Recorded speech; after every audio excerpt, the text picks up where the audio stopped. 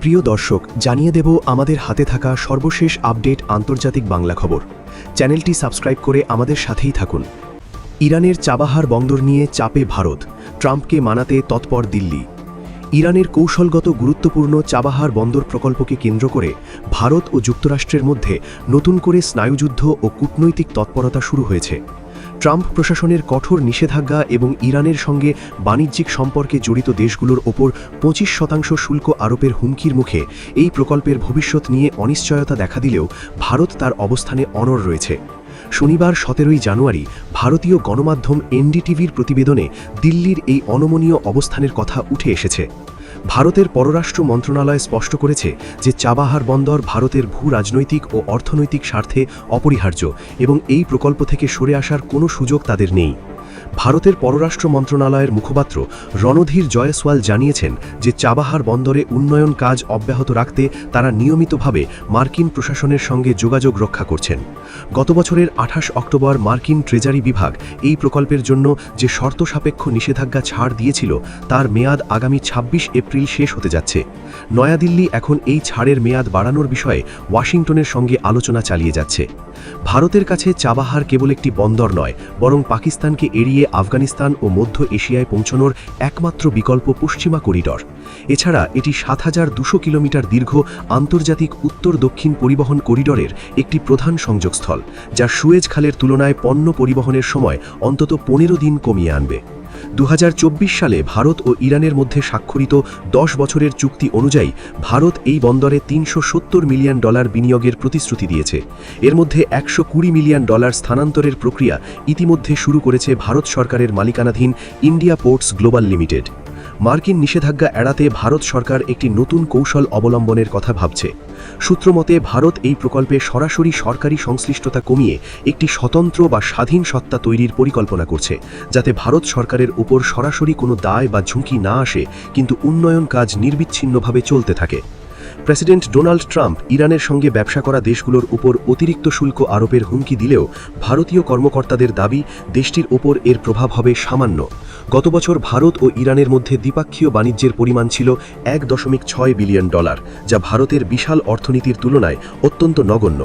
ভারত এখন ওয়াশিংটনকে এটি বোঝানোর চেষ্টা করছে যে চাবাহার বন্দর কেবল ভারতের বাণিজ্যিক স্বার্থ নয়, বরং আফগানিস্তানের মানবিক সহায়তা এবং পুরো অঞ্চলের স্থিতিশীলতার জন্য সমান গুরুত্বপূর্ণ।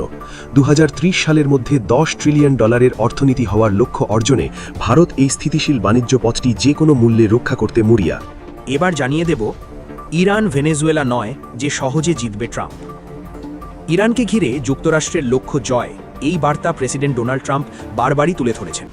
তবে বিশ্লেষকদের মতে ইরান ভেনেজুয়েলার মতো এমন কোনো রাষ্ট্র নয় যাকে সহজ রাজনৈতিক চাপ বা সীমিত সামরিক শক্তি প্রয়োগের মাধ্যমে পরাস্ত করা যাবে।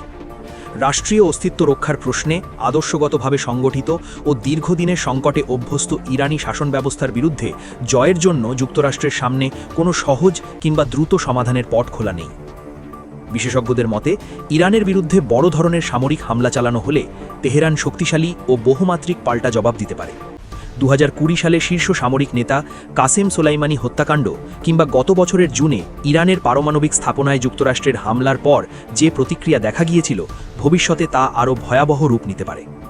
বিশ্লেষকরা সতর্ক করে বলেছেন, ইরানের সর্বোচ্চ নেতা আয়াতুল্লাহ আলী খামেনি সহ শীর্ষ নেতৃত্বকে লক্ষ্য করে তথাকথিত ডিক্যাপিটেশন স্ট্রাইক চালালেও শাসন ব্যবস্থা ভেঙে পড়বে এমন নিশ্চয়তা নেই, বরং এতে দেশটির অভ্যন্তরে আরও অস্থিরতা তৈরি হতে পারে এবং যুক্তরাষ্ট্র দীর্ঘমেয়াদী ও ব্যয়বহুল যুদ্ধে জড়িয়ে পড়তে পারে, যার প্রভাব পড়বে পুরো মধ্যপ্রাচ্যে জুড়ে। স্টিমসন সেন্টারের গবেষক বারবারা স্লাভিন বলেন, সব বিকল্পই বিপজ্জনক। একের পর এক পদক্ষেপের পরিণতি কী হবে তা অনুমান করা কঠিন। শাসন ব্যবস্থা যদি মনে করে তাদের অস্তিত্ব হুমকির মুখে, তাহলে যুক্তরাষ্ট্র ও তার মিত্রদের বিরুদ্ধে তারা ভয়াবহ প্রতিক্রিয়া দেখাতে পারে। চলতি বছরের শুরুতে ইরানে সরকার বিরোধী বিক্ষোভ জোরালো হলে ট্রাম্প হুমকি দেন, শান্তিপূর্ণ বিক্ষোভকারীদের হত্যা করা হলে যুক্তরাষ্ট্র সামরিকভাবে হস্তক্ষেপ করবে। 2 জানুয়ারি সামাজিক যোগাযোগ মাধ্যমে দেওয়া এক পোস্টে তিনি দাবি করেন যুক্তরাষ্ট্র প্রস্তুত ও সজ্জিত। পরবর্তী 2 সপ্তাহে তিনি এই হুমকি বারবার পুনর্ব্যক্ত করেন এবং বিক্ষোভকারীদের রাষ্ট্রীয় প্রতিষ্ঠান দখলের আহ্বান জানান। তবে পরে তার বক্তব্যে কিছুটা পরিবর্তন দেখা যায়। ইরানে নিহতের সংখ্যা হাজার ছাড়ালেও এবং দেশ জুড়ে ইন্টারনেট বন্ধ থাকলেও ট্রাম্প বলেন, নিরাপত্তা বাহিনীর উপর অসশস্ত্র হামলার জবাবে পাল্টা গুলি চালানো হয়েছে এমন দাবি করেছে তেহরান। বিশ্লেষকদের মতে পরিস্থিতি আপাতত কিছুটা শান্ত হলেও সংকট শেষ হয়নি। আবারও বিক্ষোভ ছড়িয়ে পড়তে পারে এবং ট্রাম্প প্রশাসন সামরিক হস্তক্ষেপের ঝুঁকি পুরোপুরি বাতিল করেনি। যুক্তরাষ্ট্রের বিভিন্ন গণমাধ্যম জানিয়েছে পেন্টাগন মধ্যপ্রাচ্যে সামরিক সক্ষমতা বাড়ানোর প্রস্তুতি নিচ্ছে।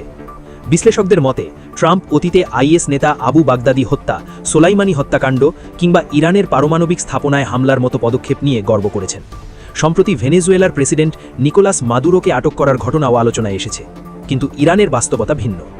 কুইন্সি ইনস্টিটিউটের নির্বাহী ভাইস প্রেসিডেন্ট ত্রিতা পার্সি বলেন, এটি ভেনেজুয়েলা নয়, এখানে দ্রুত ও সহজ কোনো সমাধান নেই। কার্যকর পদক্ষেপ নিতে হলে বিপুল সামরিক শক্তি ও দীর্ঘমেয়াদী প্রস্তুতি প্রয়োজন।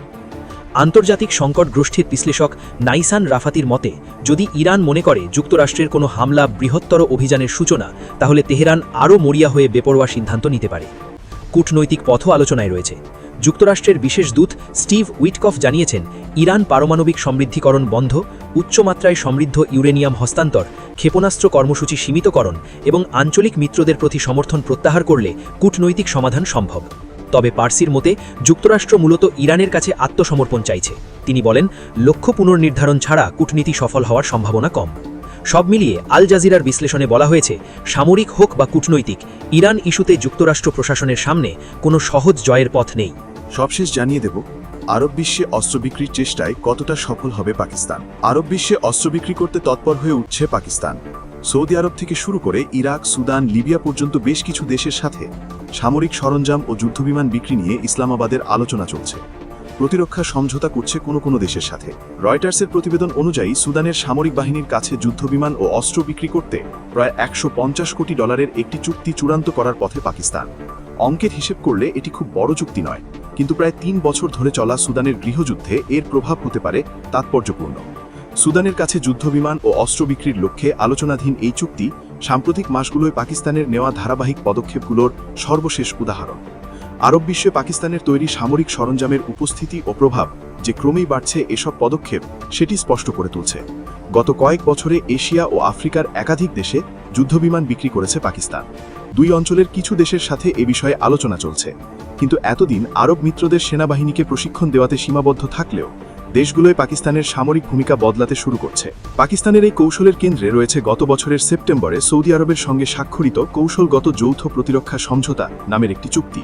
এই চুক্তি করার পর থেকেই সৌদি আরব পাকিস্তানের তৈরি JF-17 থান্ডার যুদ্ধবিমান কেনায় আগ্রহ দেখিয়েছে বলে জানা যাচ্ছে।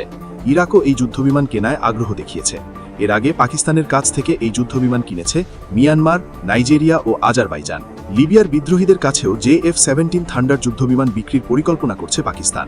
গত ডিসেম্বর দেশটির বিদ্রোহী নেতা খলিফা হাফতারের সঙ্গে এ নিয়ে $400 কোটি একটি চুক্তি স্বাক্ষর করার কথা জানা গেছে। বাংলাদেশ ও ইন্দোনেশিয়াও এই যুদ্ধবিমান কেনার সম্ভাবনা নিয়ে প্রাথমিক আলোচনা করেছে।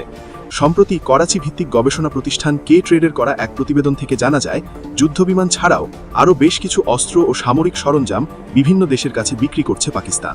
এর মধ্যে রয়েছে ট্যাঙ্ক, ড্রোন, সাজোয়া যান, নৌবাহিনীর অস্ত্র প্রযুক্তি ও ছোট ছোট অস্ত্র। সামরিক বিশ্লেষকেরা বলছেন, পাকিস্তানের এসব উদ্যোগ দেশটির প্রতিরক্ষা শিল্পের জন্য সম্ভাবনার দুয়ার খুলে দিতে পারে। সৌদি আরবের রিয়াদ ভিত্তিক কিং ফয়সল সেন্টার ফর রিসার্চের সহযোগী ফেলো ওমর করিম বলেন, এসব দেশ হয়তো তাদের চাহিদা অনুযায়ী বড় দেশগুলোর তুলনায় কম অস্ত্র ও সামরিক সরঞ্জাম কিনবে, কিন্তু চীনের সহযোগিতা থাকায় যুদ্ধবিমানের জন্য পাকিস্তানকে বিশ্বস্ত উৎস বলেই বিবেচনা করবে। অবশ্য মধ্যপ্রাচ্যের জটিল ভূরাজনীতিতে ভারসাম্য রক্ষা পাকিস্তানের জন্য বড় চ্যালেঞ্জ হয়ে উঠবে বলেও মনে করছেন বিশ্লেষকেরা। পাকিস্তানকে সতর্ক করে তারা বলছেন, আরব বিশ্বের অভ্যন্তরীণ বিভাজনের কারণে পাকিস্তানকে অত্যন্ত সতর্কভাবে এগোতে হবে, অন্যথায় গুরুত্বপূর্ণ মিত্রদের সঙ্গে সম্পর্ক ক্ষতিগ্রস্ত হওয়ার ঝুঁকি আছে। মাসুদ রানার লেখা প্রতিবেদনের বিস্তারিত প্রথম আলো ওয়েবসাইটে গিয়ে পড়তে পারেন। এমন আরও আপডেট পেতে প্রথম আলোর সঙ্গে থাকুন। ধন্যবাদ।